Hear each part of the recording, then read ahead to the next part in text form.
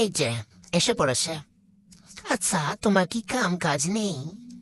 মানে সারাদিন তো আমি ঠিকই থাকি, এই বেডি রাতের বেলা ঘরে আইয়া আমার জ্বালাইতে শুরু করবে।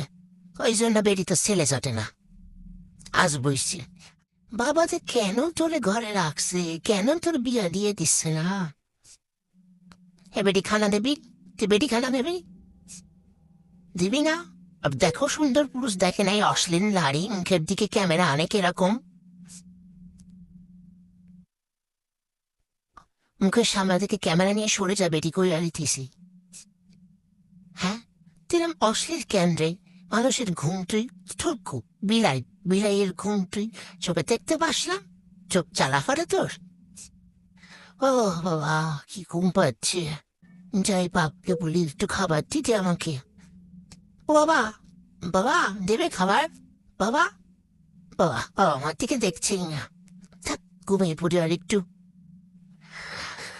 টাটা গাইস, আজকের নতুন ব্লগটা এখানেই শেষ করছি। আমি এখন একটু ঘুমিয়ে পড়বো ভাবছি। তোমরা সাকার পাকা রাইস করতে ভুলো না।